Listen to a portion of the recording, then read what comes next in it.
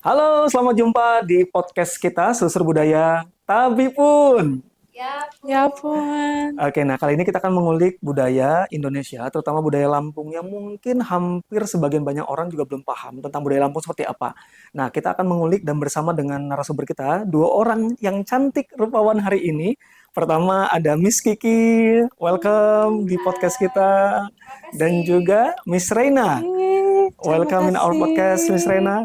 Oke, nah ini mereka berdua adalah sosok yang mungkin bisa kita katakan adalah sosok yang penting di dunia tari, terutama di Bandar Lampung ya, di Lampung ya secara luas. Dan nanti kita akan sedikit sedikit ngobrol tentang budaya Lampung sesuai atau mungkin sejauh mana nih pemahaman atau mungkin perspektif mereka tentang budaya Lampung dan perkembangannya selama ini ya. Dan juga mungkin kita juga akan bicara soal tentang seperti apa sih harusnya budaya Lampung untuk bisa dapat diterima oleh Gen Z yang mungkin hari ini sudah lebih banyaknya melihat budaya itu di layar kaca atau di layar HP gitu ya. Oke, nah kesempatan pertama saya akan mungkin sedikit mengenalkan satu narasumber kita, Miss Kiki, yaitu bernama lengkap Kiki Rahmatika, betul ya? Nah, Miss Kiki atau Kiki Rahmatika adalah seorang koreografer dan juga peneliti dari Lampung, Indonesia. Telah tampil di Asia Trick, Art Jog, PSBK Yogyakarta, dan Miao Dance Singapura. Wah, ini luar biasa loh, banyak banget ini. Ini pencapaiannya sudah berapa Bangga, tahun untuk bangga. bisa sampai muncul di event-event ini, Miss Kiki? Kebetulan aku mulai berani berkarya ya itu sejak aku lulus master Mm-mm. degree, Master Oke. of Choreography. Tetapi sebenarnya uh, 2 tahun belakangan setelah itu aku sebenarnya tidak terlalu berani-berani sampai puncaknya itu adalah di 2018 waktu aku mendapatkan hibah dari PSBK dari Ibu Bagong Kusdiarja yang Oke. bekerja sama dengan Grateful Foundation. Di situ sebenarnya aku mulai memberanikan diri. Oke, aku mau, karena Mm-mm. sebelumnya di waktu aku study ya uh, di isi Jogja sebenarnya memang waktu itu pure memang ingin belajar dulu Oke. ya, tapi setelah lulus itu aku mungkin seperti uh, masih mencoba-coba sampai pada akhirnya aku memberanikan sampai Oke. pada butuh mungkin lebih tepatnya aku butuh 2 tahun setelah lepas dari sekolah dan pada akhirnya berani ya, oke, habis ini aku mau coba. Oh, dan ada yang lebih menarik perhatian lagi. Ada yang lebih menarik perhatian bahwa saat ini perhatian Miss Kiki adalah tentang gerakan organik dan juga bagaimana gerakan dapat menggabungkan ilmu pengetahuan, bentuk tarian tradisional dan pengkondisian tubuh. Ini mungkin bisa ceritakan sedikit nih. Ini perhatiannya seperti apa nih? Ini karena mungkin Ya, jadi gini ya, uh, lebih tepatnya lebih memperhatikan ke arah situ tuh karena ini, uh, kita itu kan kalau mau melakukan sesuatu itu kan pasti ini ya kembali lagi pada latar belakang kita ya, oke, kita itu oke, apa oke, dan siapa oke. gitu. Aku memang dari kecil aku menari di kota metro ya.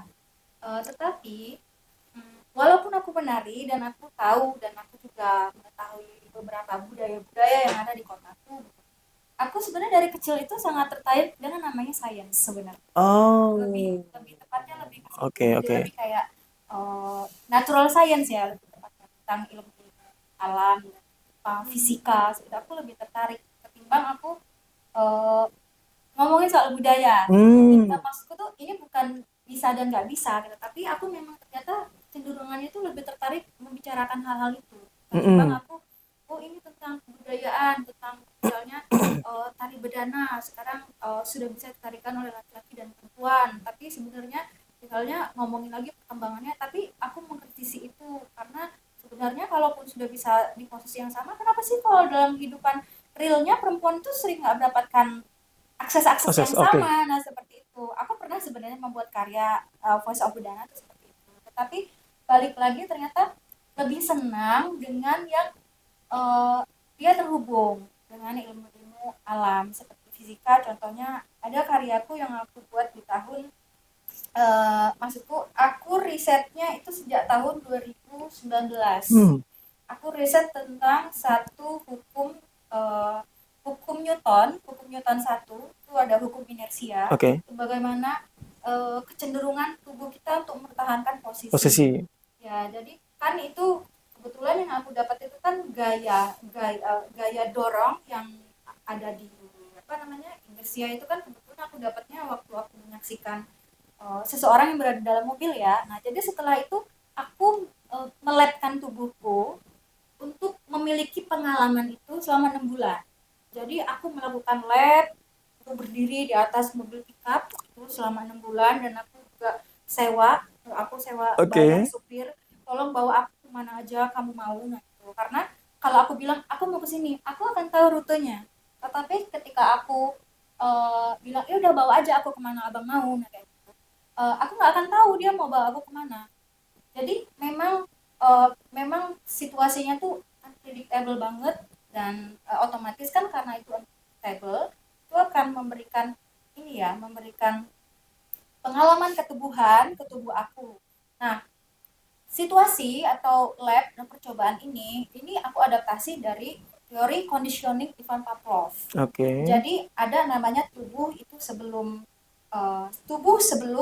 uh, mendapatkan treatment, tubuh ketika berada dalam treatment, misalkan tubuh aku Oke. sebelum Sebelum mencoba coba. inersia, tubuh aku ketika selama 6 bulan itu kan during ya, dalam proses inersia, Inersia. tubuh aku setelah inersia ini gimana? Nah, Oke. itu yang aku terapkan ke tubuhku. Nah, itu setelah itu baru aku mencoba membuat karya dan kemudian aku menghubungkannya dengan otomatis kan kalau mau ngomong soal karya nggak bisa ya bicara soal itu. Oke, aku menerapkannya dengan tipikal inersia, tetapi apa sih mau aku katakan di sini? Nah, aku lebih tertarik waktu itu ngomongin soal mentalitinya perempuan yang sebenarnya itu uh, mungkin dia ketika kalau perempuan itu kan otomatis harus ini ya, bukan harus ya. Secara nggak langsung ketika kita ngomongin perempuan itu pasti orang akan pertama-tama pasti urusannya langsung ke domestik, Oke. ya kan? Oke. Nah, itu sebenarnya pengalaman dari keluarga-keluargaku yang sebelumnya, maksudnya keturunan-keturunan aku yang sebelumnya, ketika mereka misalnya udah mendapatkan ruang misalnya pernikahan atau apa, nah, mereka pasti akan tidak imbang hidupnya antara misalnya oh aku punya mimpi ini, aku pengen ini, tetapi oh aku harus gini, misalnya kayak tadi Iya. nanti kamu kalau udah punya buntut kamu nggak bisa lagi ngomong ini lagi. Nah jadi kan itu kayak nggak ini ya, Iya. situasi yang tidak seimbang. Iya Nah betul betul betul. jadi sebenarnya itu yang sebenarnya pengen aku katakan di situ. Oke. Kalaupun kamu mau imbang gitu, ya memang harus ada upaya untuk menyeimbangkan diri. Nah, gimana aku apa namanya meluangkan itu atau mengartikulasikan itu ke dalam sebuah karya, ya aku tentu otomatis kan harus mencari satu benda yang terhubungan dengan Oke. domestik kan. Oke. Oke. Nah, aku menggunakan kuali dan aku berdiri di atas kuali, karena Oke. ketika aku berdiri di atas kuali otomatis kan aku membutuhkan keseimbangan untuk apa namanya ya, Hmm. dan sampai sekarang ya karyanya ya terus berjalan, terus diperbaiki, terus berjalan. Satu pentas di sini mendapatkan masukan, oh oke, kita perbaikan sini dapat masukan sampai sekarang. Dan jadi karya-karya Mbak Kiki itu mungkin bisa dikatakan let's say break the rules gitu ya mungkin ya. Berusaha untuk breaking the rules about women atau Iya, bagaimana? tentang Oh, perempuan ya tentang gitu. perempuan. Karena menurutku eh, bukan nggak bisa ya, tapi otomatis udah dibahas sebenarnya. Jadi maksudku tuh ketika kamu udah memutuskan untuk kamu menikah, gitu, otomatis kan kamu punya tanggung jawab. Ini nggak cuma perempuan ya, Yes, laki-laki pun laki-laki juga juga kayak begitu. gitu. Maksudku tuh ketika kamu memutuskan untuk misalnya entah kamu menikah atau kamu punya tanggung jawab tertentu atau kamu punya pekerjaan gitu ya, tapi kamu sebenarnya punya mimpi lain, ya pasti kan upayamu harus 2 kali dong daripada daripada yang kamu cuma Biasa dilakukan, betul. fokus cuma di bidang itu aja Betul. untuk menghidupkannya ya. Oke, nah nanti kita coba panjang lebar akan bahas setelah ini. Oke. Selanjutnya saya akan mengenalkan satu narasumber kita lagi. Ini yang unik dan apa namanya ini spesial banget ya tamu kita hari ini. Satu Mbak Kiki yang memang asli Indonesia, Tapi satu ini domisili sepenuhnya di Australia, living in Australia. Oke, dan beliau adalah keturunan Jepang. Namanya Reina Takeuchi. Is it right? Yeah, yeah, yeah, it's Betul saya right. bilang. Yeah. Nah, beliau mungkin sedikit banyaknya bisa berbahasa Indonesia, tapi mungkin saya coba untuk ngobrol dengan bahasa Inggris mungkin ya, Rena. Rena Takeuchi is a Japanese Australian independent dance artist interest in cross-cultural exchange, collaboration, and creative facilitation. Okay. Her performance projects have included installation at Ars Electronica Festival in Linz and Somos Arts Berlin and performance for Livework Festival of Experimental Art. Performance Space, the Museum of Contemporary Arts Late Program. Australian Chamber Orchestra's Pierre 2x3 and Sydney Dance Company. Maybe just a little bit. Yeah, yeah. I want you to menggambarkan or telling us about your life in artworks. Yeah, yeah, Maybe. for sure. Yeah, so saya bisa bicara bahasa Indonesia Okay. sedikit. So, ya, saya tinggal di Australia, tapi saya orang Japan. Yeah, and I think my perspective is very much from these places of like working in between cultures. And my practice, like I studied visual arts and fine arts at university in my undergraduate. But then I always wanted to dance, like through that time. Like I was doing dance since like Tiga, like 3 years old. And I thought, you know, if I can find a way to combine maybe my art practice with with dance, then maybe I will be happier. Yeah, I think happiness has been a big driver of what I wanted to do. And then from there, I ended up training with Sydney Dance Company and training in Sydney with more of this like dance company aesthetic. So they have strong background in ballet, contemporary dance, and I enjoyed it, but I also was longing to continue my art practice. And so I ended up interviewing to get a job at an art gallery in Sydney. Okay. And this art gallery space was actually has a really long history of providing support for Asian Australian artists and was originally founded by a collective of Asian Australian people who wanted to work against discrimination. So they formed their own arts collective in Sydney. And it's the only kind of space like this in Australia, which made me, I was already wanting to get in touch with my culture more or like my perspective more, but then entering this space made me feel much more like I could explore it and dive into it so much more. And as part of that new job, I ended up starting doing more like producing and curating with a focus of like, I wanted a stronger focus on performance in the museum and encouraging like dance in art gallery museum spaces, because I was like starting to I guess get some projects in. I did a project in Europe where in Ars Electronica where I learned about like people using dance and art and technology and putting it together and seeing what happens. And then from there I was wanting to continue exploring this, and my master's degree was a lot about this and like culture within museum spaces, how we can deconstruct these things. But yeah, after quite a few years of being in this kind of space, I've become more interested in cultural exchange within Asia. And yeah, I've been kind of doing more work in Japan with like some residencies in spaces there, and more work, work in Japan. And yeah, I became friends with Kiki through because For of CP Cubed program, which was through Yeah, Dance through Nucleus. oh, Yeah. sounds in good. school. So after the pandemic, we were doing like online certificate program of Okay. learning about Asian performance, different methodologies in Asian performance art. Yeah. Speaking of which, about cultural traditional, Mm. um, for the past few years, what kind of cultural traditional that you are focusing to? Yeah. I guess my love of dance is very broad, but I've been looking a lot at like or doing a lot of street dance and Street dance? participating in like street dance culture, a lot of like and I run some sessions in Australia with street dancers where we Mhm. jam together, we bring in different cultural styles and then exchange.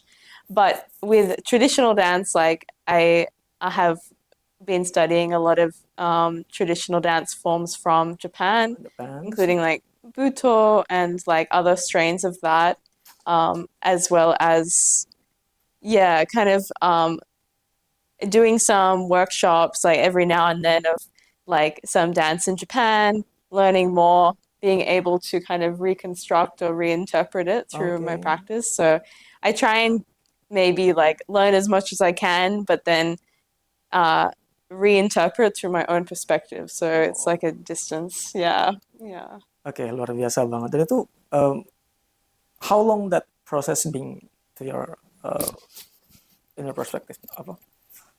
That Uh, you doing for how long? for how long? Like That apa? that process? Process. I think, yeah, like tiga atau lima years, like, yeah, just Hmm. trying to, it's been quite fresh, because I've been doing like a PhD project which focuses on kind of looking at why like Asian Australian dance is like becoming the way it is because it has a very short history in Australia because it's like Australia's history is not that long with colonization. Like Mm-mm. it has a long history, but with as a colonized country, it's very short. So I was like interested in like what is coming out in the Australian like language in terms of Asian people here making dance. So I've been doing that for the past like 4 years, but yeah, it's been a process of like learning more through that. And then also like that's one project, but then like life experience of learning is continuous. Terus, Yeah, oke. yeah. Continuously apa selalu belajar terus ya. Mm, Oke. Nah, how about traditional dance in Indonesia? in Do you Indonesia, know about yeah. few Yeah, traditional yeah. dance in Indonesia? So Maybe. like in where I live in Australia, I work with some Balinese Australian artists and Oke. also like some Indonesian dance collectives that there's one main collective in Australia, at least where I live. And then a lot of the community is like Indonesian diaspora, like that maybe living in Australia or maybe they are part like Australian heritage. So I'm Mm-mm. kind of learning through that process. Um, a few of my friends they're trying to hybridize like Indonesian dance with like the mask dance with like hip hop, Oke. like or this kind of popping, and yeah, kind of using these techniques to like I guess change a perspective of the traditional craft. Um, but yeah, I think this all these experiences made me very interested in like learning more. But yeah, I still have so much to learn, Yeah, part of my experience with Kiki, just learning. Yeah, yeah. Kalau tadi Miss Kiki mungkin disebutkan ada beberapa project yang bareng dengan eh, dengan apa namanya? Bareng ya. Kok project bareng itu project apa aja? Mungkin Sama Rena, sama Rena. ini pertama kali Oh, pertama kali. aku bekerja bersama dengan Rena. Eh, ya kebetulan kami mencoba untuk since last year ya, that we start talking. Ya, Yeah, yeah, ya. yeah. Kami coba untuk bicara satu sama lain itu sejak tahun lalu. But we met each other three Ya, years ago. Yeah. ya, tapi kami sebenarnya aku ketemu Reina itu sejak 3 tahun lalu dari tahun 2022 dan sebenarnya juga suka Kontak ya, ya kami komunikasi. suka komunikasi satu sama lain. Dan mungkin sebenarnya itu yang memudahkan kami untuk terhubung satu sama lain. Kak, aku bilang, Rena, aku punya konsep ini nih, dan aku pengen ini, aku ngomong soal tradisi. Kiki, aku juga sekarang lagi ngomongin soal itu. Jadi karena nggak tahu kenapa gitu ya, tapi mungkin itu karena alam mendukung untuk jadi kami tuh jadi bisa melakukan itu dengan mudah aja. Jadi kayak aku ini Rena bilang, oh oke, Kiki, aku sekarang lagi dapat project ini dan aku dapat funding dari ini, dan aku bisa dari dia kebetulan Rena juga dapat funding dari salah satu tempat di sana, Happy Network, dia dapat dari Happy Network Project, dan presentasinya mungkin akan nanti, tetapi Happy Network Project dan Critical Pet yang pendukung project ini, dan Australian Palette ya, dan Australian Palette itu mempersilahkan kami gitu untuk melakukan presentasi. Jadi apa ya, ya jadi ketika tadi aku katakan karena jadi mudah saja gitu, ya kita jalan aja. Dan kebetulan setiap kami bicara tentang Rena, aku lebih suka ini, oh oke, apa kan kadang-kadang juga Rena aku kurang sepakat, ya kami nggak harus selalu bersetuju gitu loh, tetapi ketika kami nggak bersetuju, kami tahu bahwa apa ya, jembatan negosiasi kami ini bukan saling mempertahankan pendapat Egonya masing-masing, betul. tapi kami tetap mendengarkan, Rena kenapa kamu nggak setuju, dan kadang Rena, Kiki kenapa kamu don't agree sama aku. Jadi setelah itu, oh oke, kami akan cari di tengahnya mana sih, lihat di sini. Oke, Miss Kiki, jadi ini mungkin pertanyaan yang sama akan aku kasih ke Reina juga. Jadi between contemporary and tradition, bagian mana nih yang mau benar-benar dikembangkan atau mungkin saat ini lagi dikembangkan oleh prioritas sebagai prioritas itu? Yang prioritasnya, menurutku sekali lagi ya, aku mau bicara di sini, aku bukan ahli tradisi dan aku bukan ahli kontemporer. Oke. Aku hanya pengkarya yang kadangkala aku mengambil sesuatu dari tradisi, dan aku mungkin menggunakan cara kontemporer yang sebenarnya itu ada banyak cara dan nggak cuma satu cara. Tapi kalau pertanyaannya ditanya mana yang prioritas, ya dua-duanya prioritas. Dua-duanya nggak ada tradisi, ya kedepannya nanti kamu mau melakukan apa? Karena bagiku ya berkarya itu kan seperti memberikan legacy ya, ngasih warisan ya kepada penerusnya. Kalau aku nggak punya pijakan, warisan apa yang aku kasih? Warisan ngawur dong kalau kayak. Nah, sedangkan kalau kita bisa kasih warisan yang maksudku itu kita punya landasannya, apapun itu ya, mau landasan sains, landasannya tradisi, atau landasannya apa, tapi kita punya landasan.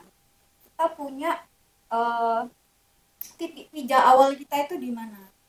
Nah, balik lagi, kalau tadi ngomong soal tradisi mana, ya dua-duanya menurut harus balance. Harus balance dalam artian ya penjaga tradisi harus tetap ada, ya orang yang mau bergerak di kontemporer ya harus tetap ada juga. Karena kalau tidak ada nilai itu kan kadang-kala bagiku ya, ada misalnya nilai dalam tradisi, nilai dalam budaya.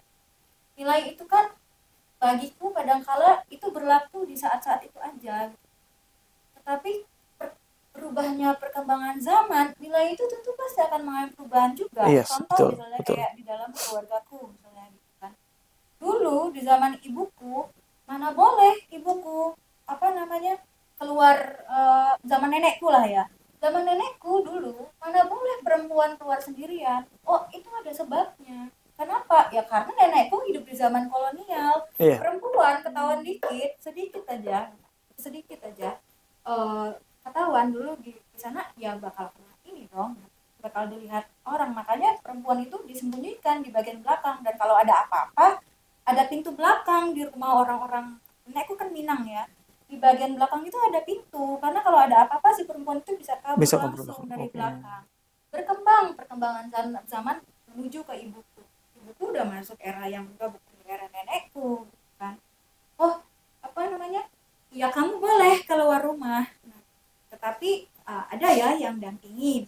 Karena apa? Dan ya takut zaman dulu kan, walaupun keamanan terjaga juga gitu kan, nggak ada CCTV kan kalau mau Mm-mm. ngapa-ngapain, Mm-mm. ya kan. Mungkin terus juga eh, takut nanti mungkin ada apa-apa dan kenapa-napa. Itu kan udah berubah. Isi kasarnya yang dulu perempuan secara nilai itu harus dijaga karena begini-begini. Yang di zaman ibuku perempuan harus dijaga karena begini-begini. Nah di zamanku ya aku udah dibebaskan. Kenapa? Karena kita udah mulai maksudnya sudah maju dengan perkembangan zaman, kita pasti kan akan mendapatkan banyak insight ya, banyak pengetahuan-pengetahuan yang Betul. baru sekasarnya. Terus juga perempuan kan ya nggak harus di situ dong, nggak harus di situ aja, sedang banyak akses kesempatan kan juga udah terbuka, Betul, betul. termasuk tuh gitu. Nah sebenarnya fungsi orang-orang yang berdiri kontemporer itu adalah memberikan apa ya, perkembangan nilai-nilai baru sebenarnya, yang dulu emang harusnya udah nggak bisa lagi dipakai aturan kayak gitu. Ini sebenarnya tuh yang orang katakanlah dia orang yang berdiri di atas apa ya, cara kontemporer misalnya. Apapun itulah, mau eksperimental, avant-garde atau apapun. Sebenarnya dia itu orang yang mendobrak nilai lama. Mm-mm. Kemudian karena dia punya pemikiran Pemikiran baru. baru. Nah, kalau dia nggak ada, ya peradaban juga nggak akan ada. Ya kita juga Oke. akan stuck di situ aja. Jadi tetap harus berjalan beriringan. Yang penjaga tradisi ada, orang yang ingin melakukan perkembangan ya juga tetap ada. Oke, jadi zaman bisa berubah, nilai juga bisa berubah, tapi yang paling utama adalah tradisi harus tetap dipegang ya. Harus Betul tetap ya. ada tradisi. Kalau enggak, menurutku kalau enggak ya yang muda juga nanti dia nggak akan punya apa ya, nggak akan tahu dia itu Ya, siapa dan asal karena usulnya tradisi itu kan. pondasinya Iya. sebenarnya. How about Rena? With your perspective So the balance between traditional and and contemporary. contemporary. Yeah. Yeah. I think that Kiki and I's perspective is different because I feel like for me the knowledge of traditional like crafts has always felt very fragmented because of my personal like relationship to like maybe growing up separate from my culture for the Okay. most part. Yeah. So like for me I I guess I always try and go into learning traditional craft or traditional art forms with this in thought of like honoring this space or Okay. honoring my like um I used to have a lot of frustration because like I feel these gaps in my knowledge and then these last several years like I'm like, oh, the gaps actually create a lot of space for me to uh hybridize what I'm learning to be able to take what knowledge is coming up and to reinterpret it in my own way. So, and while doing that with sort of respect. Um, and yeah, I think Kiki's perspective is different because, you know, if maybe you disagree, but Kiki learned these things and then she chose to move away from this and focus more on this kind of scientific um, embodiment, this kind of bodily perspective. Whereas I feel like maybe I came more from this kind of uh, sort of dance centered, like uh, all about the body sort of space, and now I'm moving more into cultural, um, like cultural heritage kind of learning. Yeah, I think some of the questions that I always come like to projects with is like, how can the body be like an archive of intangible cultural heritage? How can, we be like these vessels of culture? And that doesn't necessarily mean we have to know everything. Maybe it's like we know some things and then we dance with other people and that becomes something else. Yeah. Oke. Yeah. Tapi emang mungkin kita juga perlu setuju bahwa that we have to agree that we have to know about our apa namanya dasar tubuh kita ya, our foundation, maybe ya. body foundation. Yeah. Oke, itu yang mungkin harus kita setujui mungkin. Oke, nah berkenaan dengan tradisi atau budaya hari ini dalam pandangan Mbak Kiki ini, itu seperti apa sih? Apakah mengalami kegeseran Mbak Kiki dengan adanya perkembangan teknologi? Apalagi sekarang mungkin there's so much an AI. Do we have many apa? Apakah kita mungkin punya kecemasan, anxiety about AI will vanish the cultural heritage or maybe apa gitu ya? Mungkin dalam pandangan masing-masing seperti apa? Berat ya. Berarti, nah ini kita mulai mulai lebih spesifik ini gini Mbak. Ya kebetulan aku itu I like teknologi Oke. dan sebagai orang yang Saya juga. yes Yeah. yang kita memang berdiri dan berdiri di atas kemajuan teknologi itu harus mempelajarinya ya. Dan kalau misalnya ditanya itu tadi gimana nanti soal pergeseran itu ya gimana ya mau bilang pergeseran itu pasti akan selalu terjadi, itu pasti akan selalu terjadi karena setiap zaman pasti akan ada bentukan, Betul. ya kan. Dulu di zaman milenium apa HP mulai masuk, HP mulai masuk, ya kan. Sekarang mulai itu sekarang nggak jarang mau bicara face to face, Iya. ya kan. Tapi kalau bisa bicara ini kan bisa langsung Chatting. kenapa Iya. mulai muncul ada sosmed, ya kan. Apa sih yang sebelumnya sih Facebook kalau nggak salah ada ya, Friendster. ya mungkin ya. Iya. Friendster nggak Iya. paham ya soalnya. Jadi udah mulai muncul Facebook dan kawannya yang ya itu kan kemajuan teknologi ya yang memudahkan gitu. Tetapi bagiku sendiri aku justru menghilangkan sesuatu di situ. Aku kehilangan pengalaman otentik yang itu nggak akan pernah bisa digantikan dengan teknologi.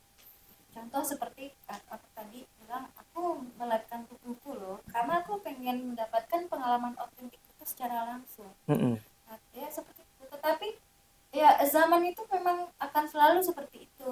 Jadi tinggal gimana kitanya aja. Nggak cuma soal teknologi, misalnya dari kayak nggak cuma teknologi secara elektronik ya, tapi teknologi secara kendaraan atau apa yang lain itu kan juga kemajuan. Iya. Yang sebenarnya itu bagiku ya, justru kekhawatiranku tuh adalah kita itu sebenarnya sudah mulai kehilangan lebih tepatnya apa ya itu kalau dibilang kayak daya bertahan kita tuh sebenarnya sudah mulai ini loh berkurang loh. Contoh nih ya, dulu di zaman mungkin nenek kakek kita, mereka kemana-mana jalan kaki. Iya kan, mereka kemana-mana jalan kaki dan mereka kuat, tapi muncul sepeda berkurang, kendaraan berkurang. Jadi sebenarnya itu bagiku justru kekhawatiran itu jauh ke situ. Manusia akan kehilangan daya tahan karena gennya makin lama berkurang. Karena dari gen kakek kita yang dulu perjalanannya sangat kuat itu turun ke ayah kita, dan kemudian gen itu berkurang lagi karena mungkin sudah ada sepeda dan udah jarang jalan kaki. Bertambah lagi bisa ada motor. Sepeda masih mending lah ya, ada motor. Ya, yang gerak kan cuma ini kalau motor. Yang lain kan nggak ada yang bergerak. Ya sudah, itu kan mengalami degradasi ya. Betul. Degradasi ketahanan tubuh. Nah, itu poinku yang paling pertama sebenarnya. Terus kalau tadi ngomongin soal kebudayaannya, ya itu resiko. Itu resiko dari penerimaan perkembangan teknologi. Jadi tinggal gimana kitanya eh, mengkombinasikan dan lebih tepatnya itu bijak Oke, dalam menggunakan teknologi, tapi tanpa harus kita itu menghilangkan. ya menghilangkan tradisi kita. Mm-mm. Setiap perkembangan teknologi pasti ada keuntungannya loh, pasti ada.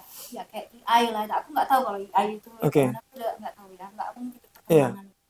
Tapi kan misalnya gini, ada kalau misalnya kayak kita zaman COVID dulu kan, we can do it by Zoom ya, kita kan bisa pakai Zoom, itu kan oke. memang mendekatkan, tetapi kenapa ada keuntungannya sebenarnya, keuntungan dalam artian itu ya ternyata kan memudahkan kita, nggak perlu keluar biaya banyak ya, lebih tepatnya itu bijak teknologi aja sih, Mm-mm. supaya kita itu tidak mengalami degradasi budaya dan juga itu tadi degradasi ketahanan tubuh ya sebagai manusia. Oke. How about you, Rena? I think that, yeah, I think Kiki was touching on this, but yeah, I mean, without technology, like maybe a collaboration like ours couldn't happen, and like, the potential for making friendships or collaborations in this way just wouldn't exist. Yeah, without these calls back and forth of being able to discuss our ideas and even, onto the application, like, being able to share the writing that we're making back and forth for ideas is very essential to have.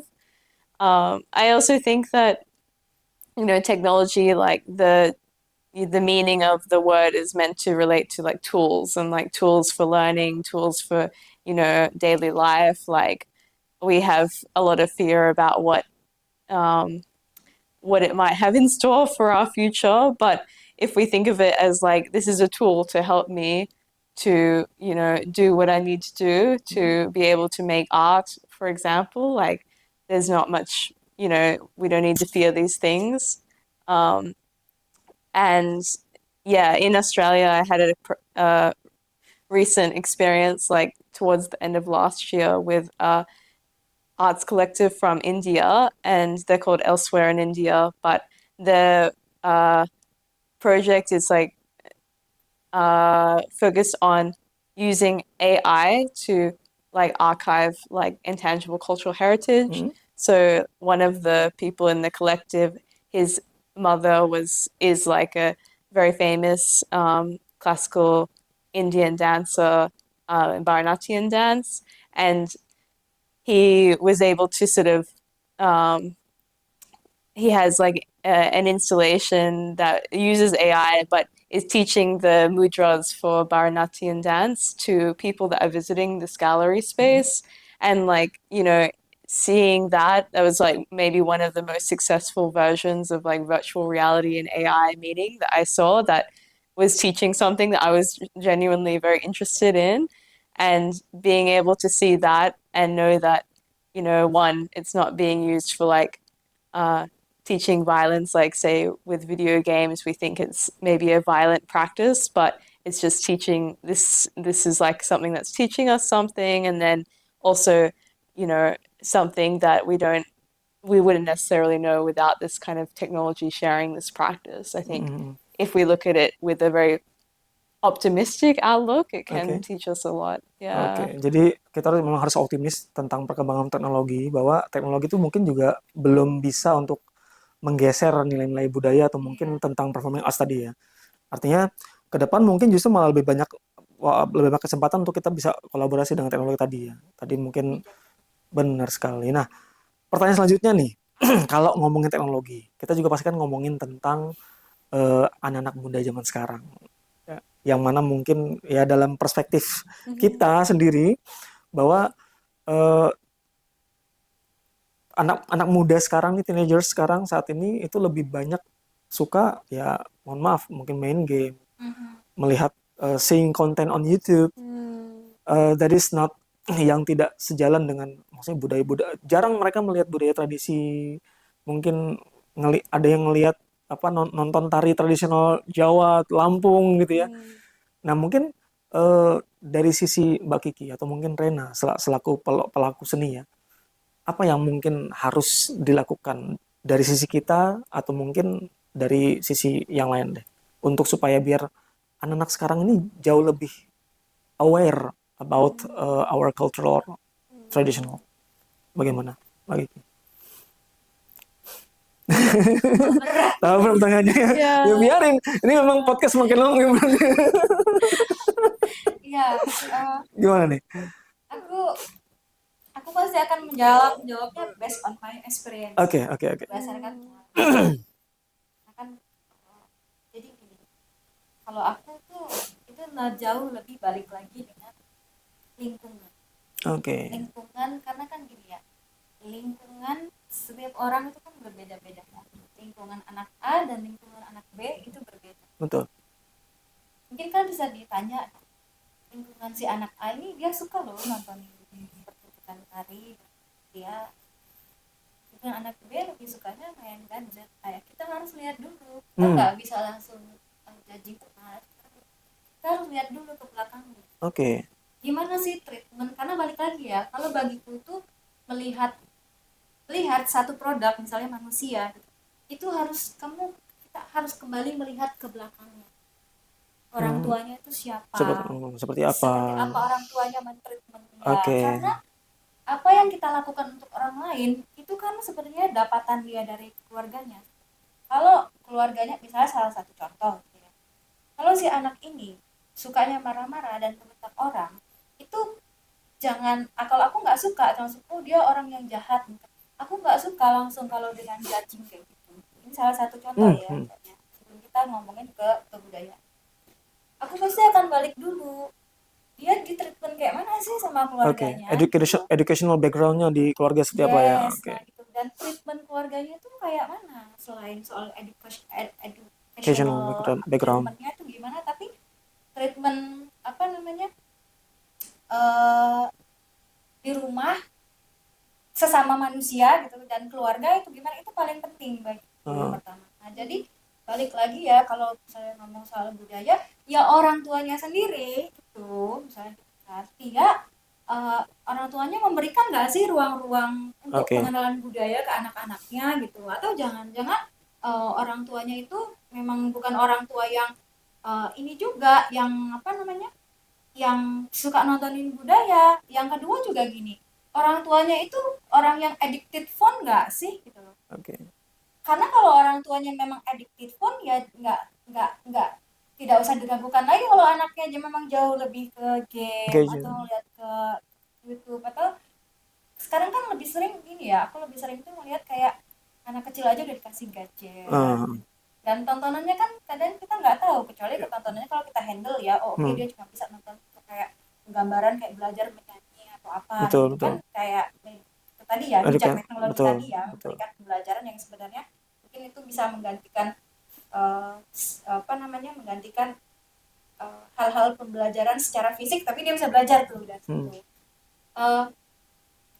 Jadi bagiku kalau gimana caranya itu ya pagari itu masing-masing sebenarnya. Karena kalau kitanya sendiri juga pada akhirnya jadi saya sering melihat kok mereka ini nggak mau soal ini ya, soal culture ya,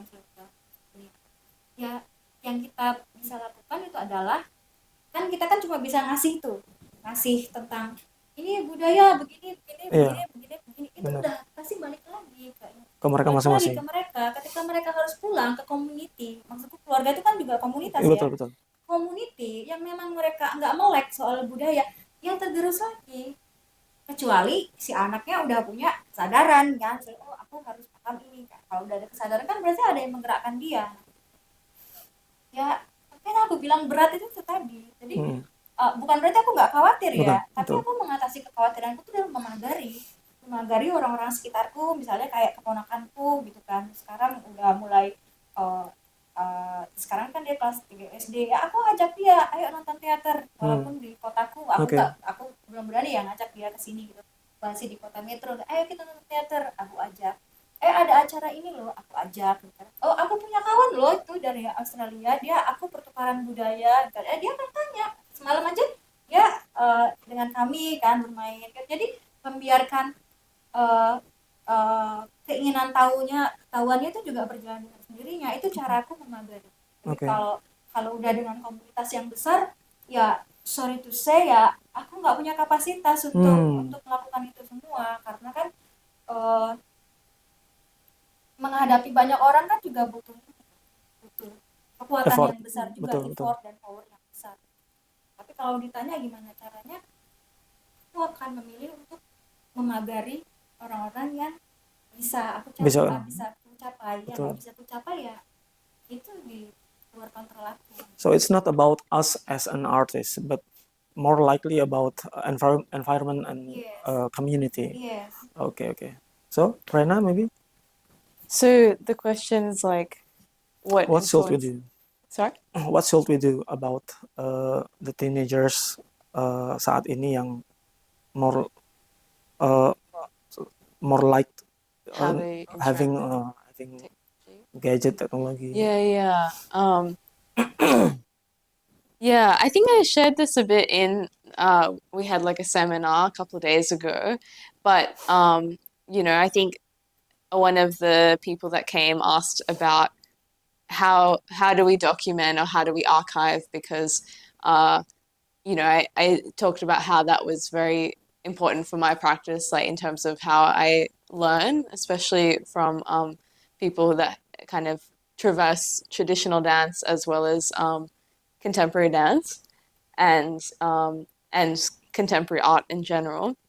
And yeah, they're like, how can I do this? How can I archive this kind of thing? But I sort of was like, TikTok, social media, like Instagram, even taking photos and screenshotting things on a phone, it's like all different ways of archiving like our lives. And, especially when you look at it with this lens of like an artistic lens and you're looking at it, it can be very fruitful to Mm, like, you know, when teenagers like document their parents doing things or like document, dancing with their family, for example, like it's a way of I guess like uh, in a way you're already taking part in like archiving um, and capturing these moments that are yeah it's very fruitful ground for like creating work and I get very inspired by seeing the next generation dance and also share with each other because they're coming up with their own languages, like even today we had a big workshop and you see these dancers of the next generation and they're so I guess ready to like transfer their knowledge from like traditional dance forms with contemporary forms and just hearing our conversations about what we do in our practice, suddenly they're already able to transfer this knowledge to their dancing and mm, their like relationship to one another. And I think that's because they're so tactile with using technology and it could be bad in terms of like you don't want too much of this like filtered experience, but I also think that it's very hopeful, like potentially very expanding of their minds. Yeah. Oke, jadi dengan adanya sosial media juga bahkan ini juga jadi peluang untuk pendokumentasian budaya tadi ya. Karena dengan begitu mungkin bisa menyasar lebih mudah kepada anak-anak muda yang mungkin hari ini emang lebih sering melihat teknologi tadi ya, sosmed, TikTok, Instagram, Facebook maybe. Oke. Dan ya kita juga tadi sudah sedikit ngobrolin soal soal perkembangan budaya, kemudian bahwa memang sekarang perkembangan teknologi juga mungkin juga kita sudah sepakat bahwa itu juga tidak tidak serta merta bakal menggeser nilai-nilai budaya ketradisionalan Indonesia ya terutama ya. Dan mungkin kita juga bicara soal Lampung. Nah, kalau ngomongin soal Lampung nih Miss Kiki, mungkin aku nanya dulu sama Reina ya. Eh, apa sudah berapa lama tinggal di Lampung? How long have you been here in Lampung? From March. Yeah. From March. Ya. Yeah. Kalau tari Lampung mungkin sudah kenal, mungkin Miss Kiki udah dikenalkan ke Reina. How about traditional dance Lampung? Yeah, I'm still learning. Yeah, little things. I think maybe there's less focus on traditional dance than uh, you know, nongkrong, like sharing time. Oke. Yeah. Tahu kan nongkrong ya? Kalau Yeah. nongki tau nggak nongki? Yeah. You know, di rumah kami, like, makan together. Oke. Yeah, and just sort of uh, when we spend time and just talk about, our struggles or like our experiences as women, trying to become choreographers, or maybe we already become choreographers, but we're trying to see how we can sustain our careers, and sharing these types of times together. Um, yeah, I think that, of course, we're making a project, but we're also just sharing time and being able to give each other energy to keep going because being in art is hard. Yeah. But I think with the traditional dancing or the forms, we're also looking at the fan dance. So Lampung has a fan dance, Japan has a fan dance, and Oh. thinking, we also the fan, it has many different symbols. So it can be a symbol for like woman, like decorative, like ornamental sort of power, and also like nationalism. So like in both of our cultures, like it has been used as a national symbol as well. So yeah, we're kind of looking at these things and deconstructing it and then putting it back together. Oke. Yeah. Jadi Rena sudah diam-diam belajar tentang tarik kipas Lampung gitu ya. Kipas Lampung, mungkin melinting atau tarik kipas mulia atau apa? Iya, kalau kemarin itu sempat dapat kegiatan program Oh. satu Lampung Barat kalau nggak salah. Halibambang. Iya. Oh, oke. Beside the dance, what kind of Lampung cultural that you have learned during in Lampung? Language? Yeah. Gay? But yeah, I mean, I only recently found out there's like two different dialects as well. So, when I learned on my app of like Bahasa Indonesia, it's like only one version of what you practice here. So, learning lots of that. Also, I guess in Sumatra, the maybe perspectives of like keluarga, like family, is different from other parts of Indonesia as well as from where I'm from. And I think, learning about that has been very powerful. Like even, Kiki's family is so close and like always hanging out together. But in maybe Australia or like in Japan, maybe, but yeah, it's not as common. Yeah. So it's nice to learn. Oke, thank you Reina, thank you Miss Kiki sudah hadir, sudah bersama Tony. kita sudah ngobrol-ngobrol bareng. And kami tunggu kedatangannya di next moment in Lampung, ya. Dan teman-teman, Ada oh iya benar sekali besok. Ini bisa dipotong ya. Betul. Nah, jadi besok itu ada performance spesial dari Reina dan juga Kiki. Presentasi. Satu belum jadi karya. Oke, baru presentasi karya ya. Presentasi satu. Nah, itu akan dilaksanakan besok di Dewan Kesenian Lampung. Pagi? Pukul 2. Pukul 2 siang. Pukul 2 siang. Oke, dan kita Di ruang tunggu kami. di ruang Meran. Oke. Okay, nice to have a chat with you, Rena. Nice to have a chat with you, Miss Kiki.